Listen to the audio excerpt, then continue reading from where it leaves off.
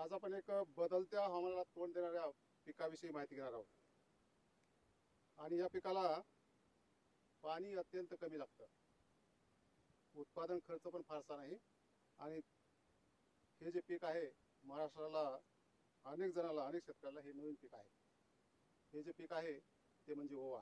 आपल्याकडे सुद्धा फायदेशीर होऊ शकतं. यासाठी कृषी विज्ञान केंद्र छत्रपती संभाजीनगर एक आणि आत्मा छत्रपती संभाजीनगर यांच्या संयुक्त प्रयत्नातून आपण ओवा लागवडीखाली जास्तीत जास्त क्षेत्र आणण्यासाठी प्रयत्न करत आहोत. तर बऱ्याच जणांना ओव्याचं पीकच माहीत नाही. तर तुम्ही जर पाहिलं तर मी तुम्हाला दाखवतोय, ही ओव्याचं पीक आहे. आणि यावर्षी पाऊस खूप कमी होता, त्यामुळे बरीचशी उगवण झालेली नाही. आता काय फक्त एकच झाड आहे. हे बघा तुम्ही किती पसरलंय, ते एकच झाड आहे. पूर्ण पूर्ण एक झाड आहे. म्हणजे उगवण कमी झाल्यामुळं जी त्याला जागा जास्त मिळाली आणि त्याला म्हणजे फांद्या जास्त आल्या आणि ती पसरल्या. ह्याच्यावर सगळं तुम्ही मोहळा दिसतंय, मोहळाच्या सगळ्या माश्या त्याच्यावर, सगळा घोंगू याच्यावर आवाज येतोय. आता ही फ्लावरिंग स्टेजमध्ये आहे. आता याचा ओवा तयार झाल्यावर ते झाड कसं दिसतं ते आपण पाहू. आता ही ओवा काढायला आलेला आहे, बाजूच्या शेतकऱ्याचा ओवा आहे हा. तर तुम्हाला जवळून जर पाहिलं तर तुम्हाला ही ओवा दिसेल, थोडा काळी कचरा आहे. तर ही ओव्याची शेती कशी केली जाते याची माहिती आपण शेतकऱ्याकडून जाणून घ्या. माझ्यासोबत ही ओवा घेणारे उत्पादक शेतकरी आहेत. आता ही ओव्याचं पीक दिसतंय तुमचं. हो. किती वर्षापासून घेता तुम्ही? हे 10-12 वर्षापासून. आता मी छत्रपती संभाजीनगरमध्ये जर पाहिलं तर अनेक शेतकऱ्याला ओवा पीक कसं असं तेच माहित नाही. तुम्ही कसं काय लागवड याकडे वळले? ज्यावेळेस कापूस लावतो आपण हां 10-12 वर्षापूर्वी, तिथं झाडे कपाशीचं बाद झाल्याच्या नंतर हे तिथं कपाशीचं झाड बाद झाल्याच्या नंतर आम्ही ते ओवा नवीन प्रयोग करून बघितला होता. त्याच्यानंतर मग ते उत्पन्न आम्हाला आवडलं. कालांतराने हे उत्पन्न आम्ही 1 एकर 2 एकर घेत गेलो. कापूस लावल्यानंतर जी तुटाळ पडते, हा, तिथं ते झाडे पडतात, हा, मग ती वाया जाऊ नये म्हणून तिथं तुम्ही ओवा ओव्याचं झाड लावलं होतं मी. ओवा कुठून आणला होता तो? लासूरवरून एक आम्ही शॅम्पल मागितलं होतं दुकानातून? हा, दुकानातून. त्याच्यानंतर तो लावला आम्ही. बर, मग साधारणतः मग किती उत्पन्न येत असेल त्याला काय? त्यावेळेस कापसामध्ये समजा जास्त जर असलं तर 2-1 क्विंटल व्हायचं आणि कमी प्रमाणात जर असलं तर 1-1.5 क्विंटल असं सरासरी. हा. आणि भाव काय भेटला साधारणतः? आता भाव आहे रनिंग 12,000 रुपये. 12,000. किती क्षेत्र आहे तुमचं हे? हे 1.5 एकर आहे. 1.5 एकर आहे. हो. पण ह्याच्यामध्ये बरेचसे खाडे दिसत आहेत मला, कशामुळे खाडे? हे पावसाचं प्रमाण कमी असल्यामुळं उगवण झाली नाही. यावर्षी जो परतीचा पाऊस तो पडलाच नाही पडला, त्यामुळे तुम्हाला ते खाडे पडलेले दिसत आहेत. हो. तर तुम्हाला आता साधारणतः सरासरी किती एकरी येतं उत्पादन?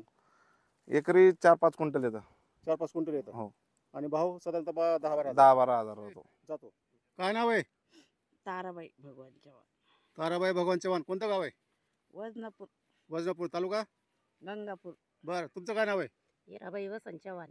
हिराबाई वसंत चव्हाण. काय वावा हा ओवा आहे? कुठे लावला होता? हे कपाशीत लावला होता. पण कपाशी तर तुम्ही लावली, मग ओवा कशामुळे लावला? हे बाद झाल्यामुळे, कपाशी म्हणजे- बाद झाल्यामुळे लावला. कपाशी जिथं उगवल नाही जिथं तिथं उगेल नाही तिथं लावला. तिथं लावलाय. किती कपाशी आहे? कपाशी 6 डबे आहे ते, 6 बॅगी. 3 एकर आहे. 3 एकर मध्ये आता किती ओवा होईल तुम्हाला? होईल 1.5 क्विंटल. 1.5 क्विंटल होईल 3 एकर मध्ये. म्हणजे जिथं खाडे होते तेवढाच आहे. हा, आता हे विकता कुठं? लासूरला. लासूर स्टेशनला. हा. काय भाव मिळतोय आता काय समजा ना. आता तरी अंदाज? 1200-1300 चालू आहे. 1200-13,000. 12 ते 13,000. 12-13,000 चालू आहे. हा. म्हणजे आता 1.5 क्विंटल म्हणजे 20,000 रुपये होतील समजा. हा. म्हणजे खाड्या बदलेच. हा. पण ह्याला काय पाणी बिणी लागतं का? नाही, पाणी बिगर खर्ची ते. बिगर खर्च त्याला तर किती काय खर्च केला कापसाला. हा. मग आता कापूस तुम्ही साधारणतः जुलै मध्ये लावता, हा, पाऊस पडल्यावर. मग ही ओवा कधी लावता त्यामध्ये? मग ते निंतच लावला होता. म्हणजे ऑगस्ट मध्ये पुढल्या, म्हणजे जिथं तुम्हाला कळतंय की आता जुलै मध्ये लावला, हा. आता इथे उगवल नाही, हा. म्हणजे ऑगस्ट मध्ये तुम्ही लागवड करता. आकडाच महिन्यात लावतो. आकडाच महिन्यात लावता. म्हणजे साधारणतः कापूस लावल्यावर 1 महिन्यानी आहे ना? मग एका ठिकाणी किती बिया टाकता ह्याच्या? एक चिमूटभर? चिमूट एक. मग किती बियाणे उगवते त्यातले? सगळं उगते. पाऊस असलं सगळं उगते. उगवते सगळे. तुम्ही कधीपासून ओवा घेताय? आम्ही एक 10-12 वर्षापासून ओव्याचं पीक घेतो. तुमच्या गावामध्ये ओवा घ्यायला कधी सलग पीक जे आहे ओव्याचं कधीपासून सुरू झालं आणि कशामुळे झाले? आम्हाला डॉक्टर किशोर झाडे सर, हा. KVK औरंगाबाद आणि सलग कृषी विभाग मार्फत हा. दिलीप मोठे सर हा. यांनी आम्हाला दोन्ही मिळून मार्गदर्शन केलं हा. आणि नंतर त्यांनी बी सुद्धा आम्हाला आम्ही पहिलं लासो स्टेशनच्या मार्केटमधून किराणा दुकानातून आला. किराणा दुकानातून आणत होतो आणि लाईत होतो. हा. पण त्यांची आणि आमची एक 5-6 वर्षापूर्वी ओळख झाली हा. आणि ते म्हणे या बियाची वापर करून पहा. त्यांनी कुठून आणलं होतं ते?